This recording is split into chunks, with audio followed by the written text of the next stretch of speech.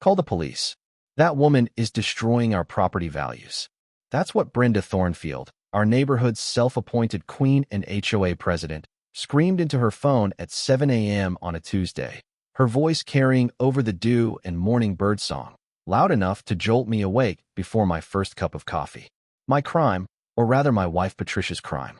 Planting wildflowers in our own front yard, collinis, paintbrush, and blanket flowers, all native to Colorado.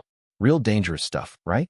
Picture this. Patricia kneeling in the dirt, hands sunk deep in that cool, rain-scented earth, wearing the rattiest jeans she owns, hair pulled into a half-hearted ponytail, looking more like someone fixing a flat than a menace to property values.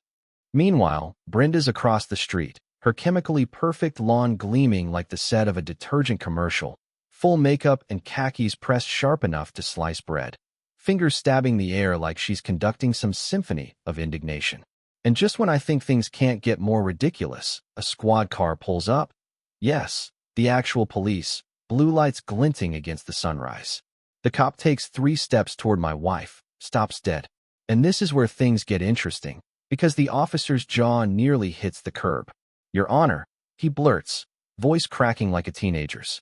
See, Patricia isn't just any gardener. She's Judge Blackwood, 15 years on the municipal bench. The same woman who settles drunk driving cases and listens to endless parking squabbles with a patience that could humble saints. And there's Brenda, HOA clipboard clattering to the sidewalk, mouth working open and shut like a goldfish on dry land, while the entire neighborhood peeks through their curtains. Now, let me back up a second. I'm Marcus Blackwood, recently retired after 32 years with the Colorado Springs Fire Department, and I thought moving to Willowbrook Estates would be my reward for surviving 3 decades of running into burning buildings. You know the kind of place, streets curved just so, all named after trees they've bulldozed to build it, houses painted 50 shades of beige, retirees tending lawns, young families chalking up driveways, everyone pretending they're happy to be part of the same picture-perfect, slightly suffocating community. For the first 2 years, it actually was peaceful. Patricia and I kept our grass the required height, paid the HOA dues without grumbling, waved at the neighbors, never parked the RV in the driveway, helped jump the odd dead battery in winter. Brenda Thornfield, 62, big house with fake columns, retired real estate agent, seemed harmless enough at first. Sure, she ironed her jeans and color-coded her gardening gloves, but we figured every neighborhood needed a little comic relief. Then spring arrived, and Patricia, after a decade of making do with potted herbs on a cramped balcony, finally started her dream, swapping the doomed Kentucky bluegrass for Colorado wildflowers. She researched everything, read up on the state's droughts and native plants, spent weekends digging, hands raw and muddy, face glowing like a kid set loose in a candy store. And right then, Brenda went full tyrant. It started with a $200 fine taped to our door, non-conforming vegetation. Patricia, cool as ice, dusted herself off, asked which rule she was supposedly breaking. Brenda puffed up and waved a dog-eared covenant. Section 12.4, Community Aesthetic Standards. Patricia just smiled, pointed out the fine print only mentioned dead or dying plants, nothing about what you could actually grow. Brenda's face went red enough to scare the cardinals off her lawn. Turns out, Brenda had a pattern. Frank, 74, Vietnam vet, got fined for tomatoes. Sarah Quinn, single mom, 2 jobs, got hit for her kids' chalk drawings. The widow on Pine Street got cited for excessive bird feeding. Translation, Brenda hates songbirds. Every target was vulnerable or just a little too different for Brenda's cookie-cutter vision. This wasn't about property values. It was about power and making sure nobody rocked her beige boat. Patricia, who once spent 3 hours untangling city parking code for a stranger, dove into the HOA bylaws like a lawyer on a mission. 3 nights at the kitchen table, legal pads everywhere, highlighter streaks running like rivers. The more she dug, the clearer it became. Brenda was winging it, making up fines, skipping proper meetings, faking minutes. When Patricia challenged the process, Brenda doubled the fine to $400, claimed there'd been an emergency board vote, except every actual board member was out of town that week. Brenda, her neighbor Dorothy, and Dorothy's half-asleep husband Carl were the only votes. You know what I mean? It was laughable, except nobody was laughing. Patricia didn't back down. She filed a formal complaint with the Colorado HOA Oversight Division. Every T crossed, every I dotted. That's when Brenda switched tactics.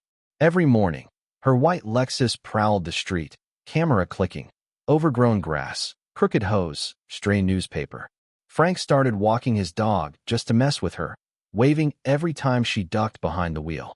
But while Brenda collected blurry photos, Patricia collected something more powerful: stories. Knocked on doors, shared coffee with neighbors, listened. The pattern was clear. Brenda's emergencies always happened when the board couldn't stop her. Her fines targeted anyone too tired or scared to fight back. And then, as Patricia sifted through old meeting minutes, she caught a major break. Every violation was timed to when key board members were away. Brenda wasn't just power mad, she was calculating. So Patricia went to work, assembling a mountain of evidence. Letters, timelines, even photos of Brenda's own yard. Turns out the queen bee's decorative pond and 6-foot fence weren't exactly up to code. When Brenda demanded an architectural review of our wildflower garden, Patricia showed up to the basement hearing in full judicial robes. Yeah, she played the drama card, and the effect was immediate. Brenda deflated. Her expert witness, a real estate buddy, couldn't tell a Collini from a dandelion, and every time Brenda tried to cite some vague community standard, Patricia calmly produced the actual statute. But Brenda wasn't out of tricks yet.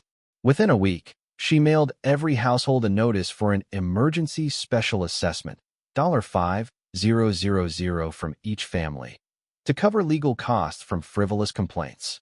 Our neighborhood exploded. Retirees, young parents, people who'd never attended an HOA meeting in their lives, all crammed into that musty basement, clutching letters like subpoenas. That's when Patricia stood up, just another neighbor in jeans and a sweater, and began calmly listing every time Brenda's consulting company had billed the HOA, $47,000 over 2 years, all paid to herself. The crowd rippled. People started whispering. Frank piped up. She charged me for pulling weeds from my wife's rose garden. Sarah added, my community beautification fine went to her business account. Patricia delivered the final blow. Brenda had been collecting these fees while the HOA's corporate status was dissolved for nearly 2 years. Everything Brenda had done, every fine, every threat, was illegal. Silence. Then, chaos. Retirees yelling, kids crying, someone's phone ringing. Brenda tried to bluster, grabbed her briefcase, and stormed out, slamming the basement door behind her.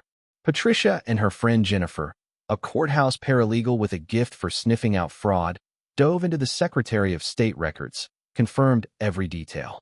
But the real bombshell was how Brenda had targeted the most vulnerable: elderly, single parents, anyone who wouldn't fight back. It was systematic discrimination. What now? I asked Patricia that night, the kitchen table covered in files, the smell of her chamomile tea fighting the scent of righteous indignation. She smiled that special smile, the one that means she's about to win big. We follow every rule to the letter, and we rebuild this community the right way. Operation Wildflower Justice began at dawn. Frank was nominated interim president. Sarah became our treasurer, and together we filed paperwork to restore the HOA. Legally this time. Patricia reached out to neighbors, built a case for civil damages, triple under Colorado law for HOA fraud, and Sarah worked her social media magic, connecting with similar victims across the state. Brenda, of course, went nuclear. Complaints to the Judicial Commission, anonymous flyers, even hired a bottom-feeder PI to follow Patricia around. Nothing stuck. Patricia's record was spotless, and Brenda's own legal nonsense only made her look more desperate. The final act came on a Wednesday, when Brenda, running out of moves, called 911 to report Patricia for destroying community property, the wildflowers still blooming, still beautiful, in our yard. By then, half the neighborhood had gathered on our lawn, Frank at the ready, Sarah filming, Mrs. Peterson from Pine Street with her walker. Officer Ray Kowalski, who knew Patricia from court, stepped out, listened to Brenda's rant, then asked Patricia, Your Honor, what's really going on here? Brenda's face collapsed, her folders scattering papers everywhere, the crowd murmuring as the truth clicked into place. David had beaten Goliath, and this time, David wore gardening gloves. Within 48 hours, Brenda had resigned from every HOA board. Not just ours, but all 4 neighborhoods she'd consulted for. The state attorney general moved fast once the story hit the local news.